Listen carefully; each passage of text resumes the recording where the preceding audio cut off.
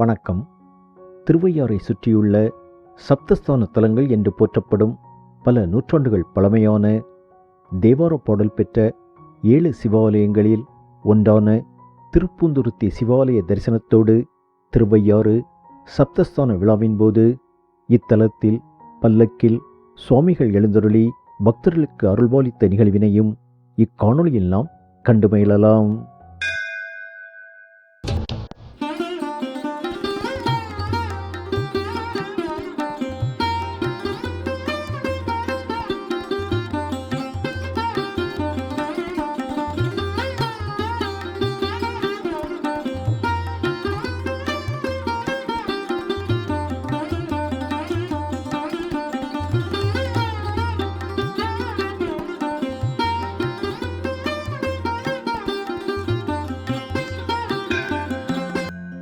திருவையாறு ஐயாரப்பர் ஆலயத்திலிருந்து சுமார் 6 கிலோமீட்டர் தொலைவிலும், தஞ்சை பெரிய கோவிலிலிருந்து சுமார் 15 கிலோமீட்டர் தொலைவிலும் அமைந்துள்ளது இவ்வாலயம். ஈசனை மனதில் நினைந்து கோபுர தரிசனம் கண்டு திருக்கோவிலுக்குள் சென்றால் திருஞான சம்பந்தருக்காக வழிவிலகிய நந்தியம்பெருமான் தரிசனம் நாம் காணலாம். தென்னாடுடைய சிவனே போற்றி.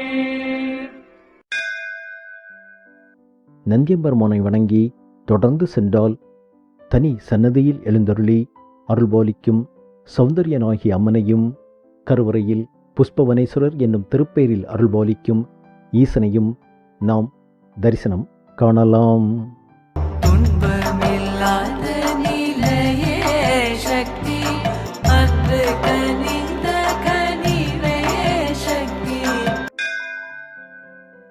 தேவார பாடல் பெற்ற காவிரியாற்றின் தென்கரையில் அமைந்துள்ள தலங்களில் 11வது தலம் அப்பர் பெருமான் பல நாட்கள் இங்கு தங்கியிருந்து உளவார பணி செய்த சிறப்புமிக்க தலம்.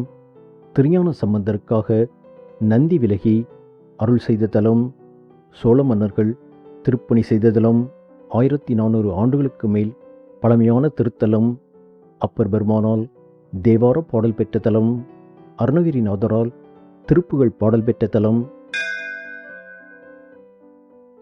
கோயில் தொடங்கி 2010 வருஷம் ஆயிடுச்சு. தஞ்சாவூர் கோவில் கிபி 10ஆம் நூற்றாண்டு. இங்கே கிபி 7ஆம் நூற்றாண்டிலே திருநாவுக்கரசர் இங்கே உலவாரம் பண்ணார். இந்திரன், சூரியன் முதலான தேவாதி தேவர்கள் வழிபட்ட தலம். பித்ரு சாபம் போக்கும் தலம். திருமணப்பேறு நல்கும் தலம். குழந்தை பாக்கியம் அருளும் தலம். காசிப முனிவர் தன் தவத்தின் பயனாக கங்கை முதலான பல புண்ணிய நதிகளின் தீர்த்தங்களை இத்திருக்கோவிலின் திருக்கிணற்றில் பொங்கியல செய்த அதிசயம் நிகழ்ந்த தலம் என்று இத்தலத்தின் பெருமைகளை சொல்லிக்கொண்டே போகலாம்.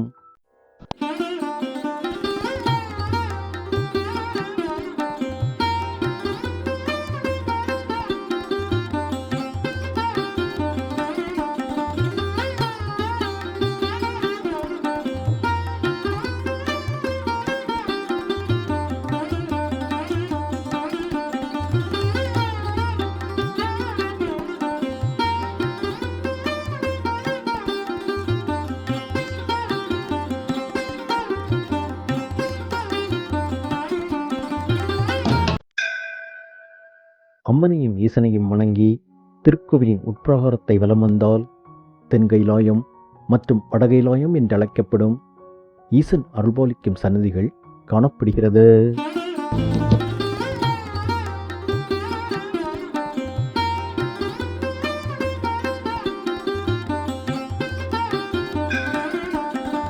மேலும் பிரகாரத்தில் அப்பர் பெருமானின் வாழ்க்கையில் நடந்த பல நிகழ்ச்சிகள் ஓவியங்களாக வரையப்பட்டுள்ளது. அப்பர் பெருமான் சிறு வயதில் சரியான வழிகாட்டுதல் இன்றி சமண சமயத்தை தழுவினார். அதன் பிறகு அவரது தமக்கியார் முயற்சியினாலும் ஈசனின் அருளாலும் ஆட்கொள்ளப்பட்டு சைவநெறியின் சிறப்பை உணர்ந்த அப்பர் பெருமான் மீண்டும் சைவ சமயத்திற்கு திரும்பினார். அப்பொழுது சமணர்கள் பல்லவ மன்னன் உதவியுடன் அப்பர் பெருமானுக்கு பல இன்னல்களை விளைவித்தனர். ஆனால் அப்பர் பெருமானோ தன் தூய பக்தியினாலும் ஈசனின் கருணையாலும் அந்த அத்தனை துன்பங்களிலிருந்தும் மீண்டு வந்தார். இப்படி அப்பர் பெருமானின் அப்பழுக்கற்ற பக்தியையும் ஈசனின் கருணையையும் உலகுக்கு எடுத்துரைத்த அந்த சம்பவங்களை விளக்கும் ஓவியத்தை தாங்க நாம் தற்பொழுது பார்த்து கொண்டிருக்கின்றோம். பொதுவாக நம்மில் பலர் துன்பம் வரும்பொழுது சோர்ந்து போகின்றோம், சில நேரங்களில் விரக்தி அடைகின்றோம். ஆனால் அந்த சமயத்தில் மனம் கலங்காமல் இறைவனை பரிபூர்ணமாக நம்பி அவனை தொழுது வந்தால் நம்முடைய துன்பங்களிலிருந்து இறைவன் நம்மை காப்பதோடு அதை எதிர்கொள்ளும் மன ஆற்றலையும் மன வலிமையையும் தந்தருள்வார் என்பதற்கு அப்பர் பெருமானின் வாழ்வில் நடந்த நிகழ்வுகளே ஓர் சாட்சி.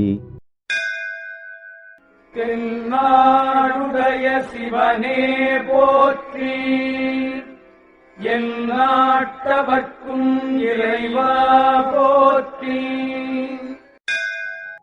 தம் வாழ்நாளில் பெரும் பகுதியை சிவத்தொண்டிற்காக அர்ப்பணித்த பல திருக்கோவில்களுக்கு உளவார பணி செய்த இறைவனின் புகழை தேவாரப்பதிகமாக பாடி பக்தர்களுக்கு ஈசனின் சிறப்பையும் கருணையையும் உணர செய்த அப்பர் பெருமானின் திருவடிப்பட்ட அவரால் திருப்பணி செய்யப்பட்ட ஆலய தரிசனம் கண்டோம். இனி இத்திருக்கோவிலில் நடைபெற்ற சப்தஸ்தான பெருவிழாவினை கண்டு மகிழலாம்.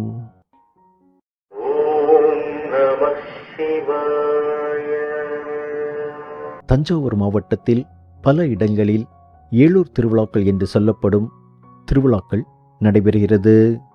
அதாவது முக்கியமான ஒரு ஆலயத்திலிருந்து அந்த ஆலயத்தை சுற்றி அமைந்துள்ள 7 சிவாலயங்களிலிருந்து பக்தர்கள் புடைசூழ ஒரே விழாக்கோலம் பூண்டு சுவாமிகள் பல்லக்கில் ஒவ்வொரு ஆலயமாக எழுந்தருள்வதும் இறுதியில் ஒரு ஆலயத்தில் ஒன்று கூடி பக்தர்களுக்கு அருள்பாலிக்கும் விழாவே ஏழூர் திருவிழா என்று அழைக்கப்படுகிறது.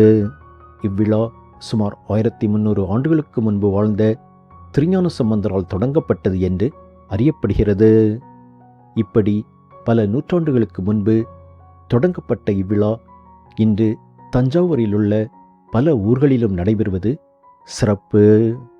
அந்த வகையில் தஞ்சாவூரில் அமைந்துள்ள காசிக்கு சமமாக போற்றப்படும் திருவையாறு ஐயாரப்பர் ஆலயத்திலிருந்து இறைவன் பல்லக்கில் எழுந்தருளி இந்த ஆலயத்தை சுற்றி அமைந்துள்ள 6 சிவாலயங்களுக்கும் பவனி வருவதும், அவ்வாறு பவனி வரும்பொழுது ஒவ்வொரு ஆலயத்திலிருந்து அந்த ஆலயத்தில் உள்ள இறைவனை பல்லக்கில் எழுந்தருள செய்து அடுத்தடுத்த தலங்களுக்கு செல்வதுமாக இவ்விழா சப்தஸ்தான பெருவிழாவாக சிறப்பாக கொண்டாடப்படுகிறது. 2 நாட்கள் கொண்டாடப்படும் இவ்விழாவில் 2வது நாள் அனைத்து ஆலயங்களிலிருந்தும் சுவாமிகள் பல்லக்கில் திருவையாருக்கு எழுந்தருளி பக்தர்களுக்கு அருள்பாலிப்பதோடு பொம்மை போடும் நிகழ்ச்சியும் சிறப்பாக நடைபெறுகிறது. இவ்விழாவின் போது சுவாமிகள் பவனி வரும் பல்லக்கின் எடை 1000 கிலோவிற்கு மேல் இருக்கலாம். இப்படி எடை மிகுந்த பல்லக்கினை 40க்கும் மேற்பட்ட பக்தர்கள் அர்ப்பணிப்புடன் சுமந்து வருகின்றனர். கடும் வெயிலையும் பொருட்படுத்தாது அவர்கள் செய்யும் இந்த இறை சேவையானது போற்றுதலுக்குரியது. தென்னாடுடைய சிவனே போற்றி, என் நாட்டவர்க்கும் இறைவா போற்றி.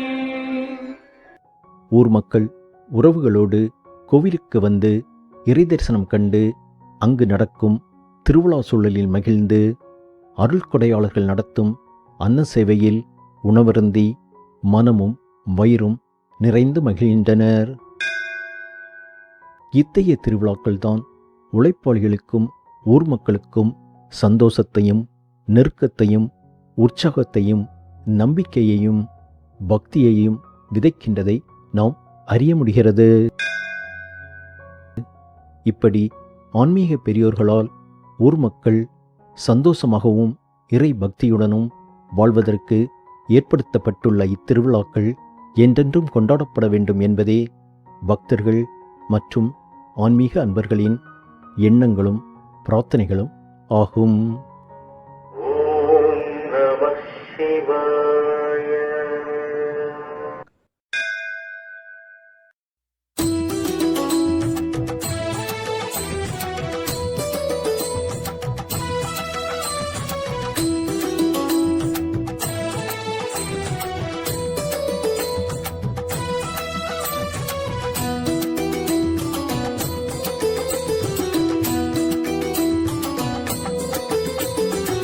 हर हर शिव शिव षण्मुखनाथा शिव शिव हर हर षण्मुखनाथा हर शिव शिव हर षण्मुखनाथा शिव हर हर शिव षण्मुखनाथा हर हर शिव शिव षण्मुखनाथा शिव शिव हर हर षण्मुखनाथा हर शिव शिव हर षण्मुखनाथा शिव हर हर शिव षण्मुखनाथा शरवण भव गुह वल्लीश सुब्रह्मण्या मां पाहि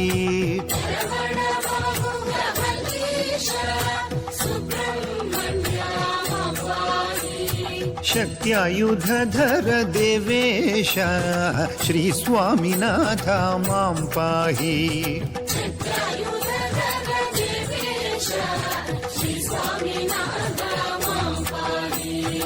हर हर शिव शिव षण्मुखनाथा शिव शिव हर हर षण्मुखनाथा हर शिव शिव हर षण्मुखनाथा शिव हर हर शिव षण्मुखनाथा हर हर शिव शिव षण्मुखनाथा शिव शिव हर हर षण्मुखनाथा हर शिव शिव हर षण्मुखनाथा शिव हर हर शिव षण्मुखनाथा